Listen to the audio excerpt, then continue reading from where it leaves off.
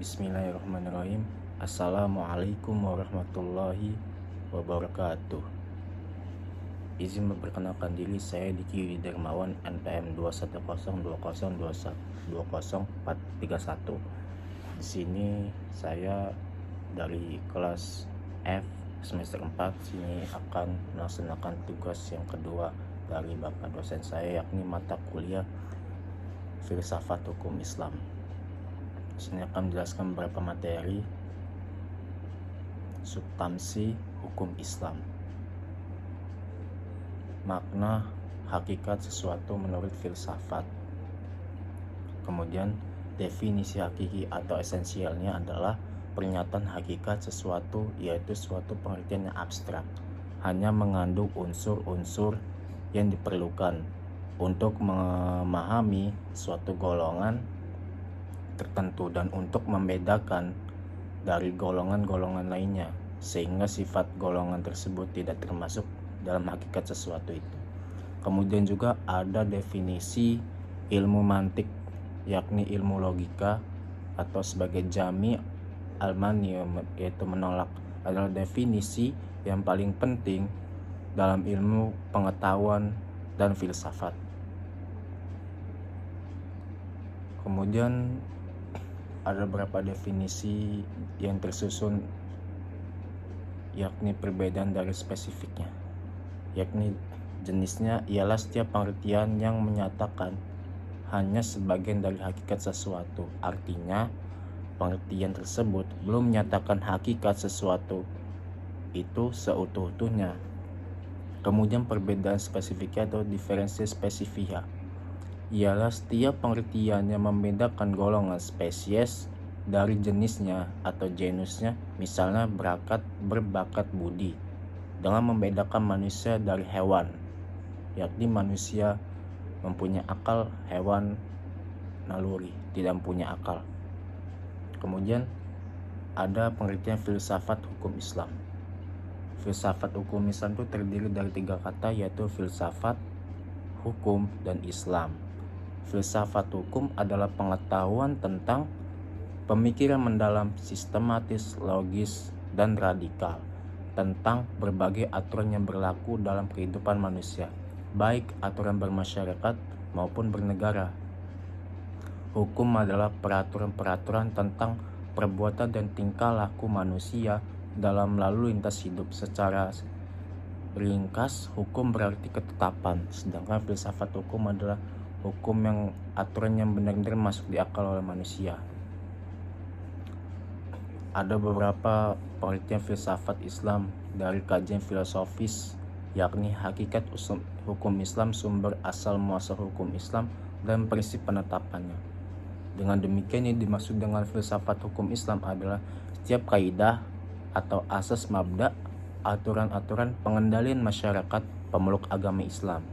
Kemudian kaidah-kaidah itu dapat berupa Al-Quran, Al-Hadis, maupun pendapat sahabat, yakni para tabi'in atau ijma ulama, maupun fatwa dari kelembagaan ulama seperti contohnya MUI,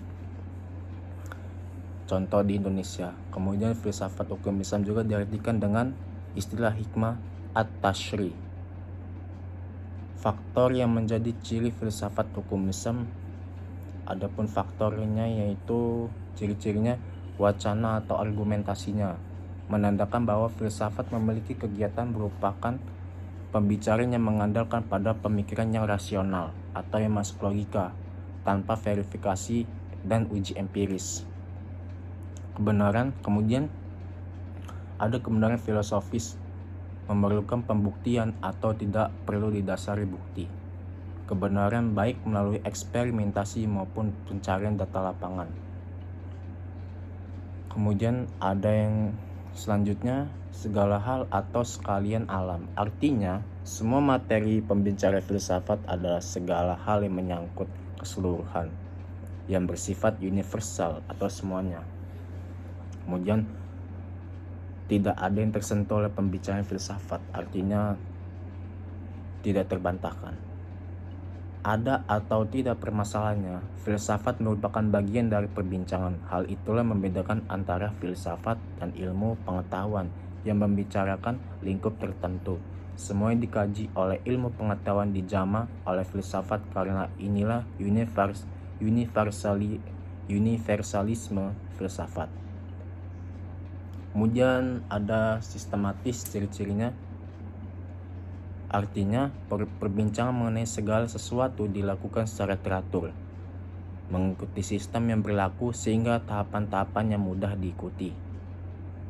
Dengan demikian, perbincangan tersebut tepat atau tidak dapat diikuti dan dikaji oleh orang lain, meskipun pada akhirnya hanya ada satu pengertian, yakni mengenai sesuatu yang dimaksud.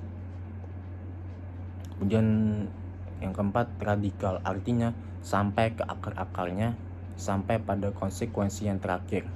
Radix artinya akar, yang juga disebut arches sebagai ciri khas berpikir filosofis. Kemudian perbedaannya dengan pengetahuan adanya asumsi sebagai titik tolak yang disebut sebagai keyakinan filsafati atau philosophical belief. Dan yang kelima ada hakikat, yang mana istilah ciri khas filsafat. Hakikat adalah pemahaman atau hal yang paling mendasar. Jadi filsafat tidak hanya berbicara tentang wujud ataupun materi sebagaimana ilmu pengetahuan, tetapi berbicara tentang makna yang hakikat terhadap di belakangnya. Dalam filsafat juga, hakikat tersebut sebagai akibat dari berpikir radikal.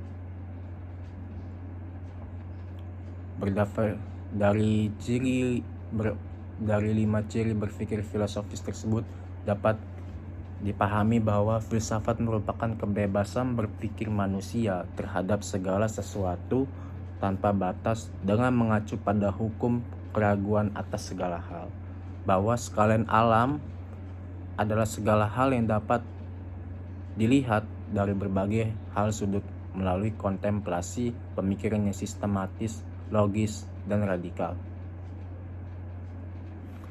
Adapun segala hal yang dipikirkan oleh filsuf, yakni berhubungan ada beberapa yang saya akan bacakan, berhubungan dengan sesuatu yang bersifat metafisik atau yang tidak dapat dilihat, atau kemudian kedua berhubungan dengan alam semesta yang fisikal dan terbentuk oleh hukum perubahan. Kemudian segala sesuatu yang rasional dan irasional, dan yang terakhir semua yang bersifat natural, supranatural, baik itu berhubungan dengan akal, rasa, pikiran, intuisi, dan persepsi. Kemudian adanya hubungan dengan teori pengetahuan pada semua keberadaan pengetahuan yang objektif maupun subjektif. Kemudian hubungan dengan hakikatnya yang terbatas dan tidak terbatas. Terus berhubungan dengan fungsi manfaat segala sesuatu yang didambakan manusia atau dihindarinya. Mungkin itu saja dari saya. Wassalamualaikum warahmatullahi wabarakatuh.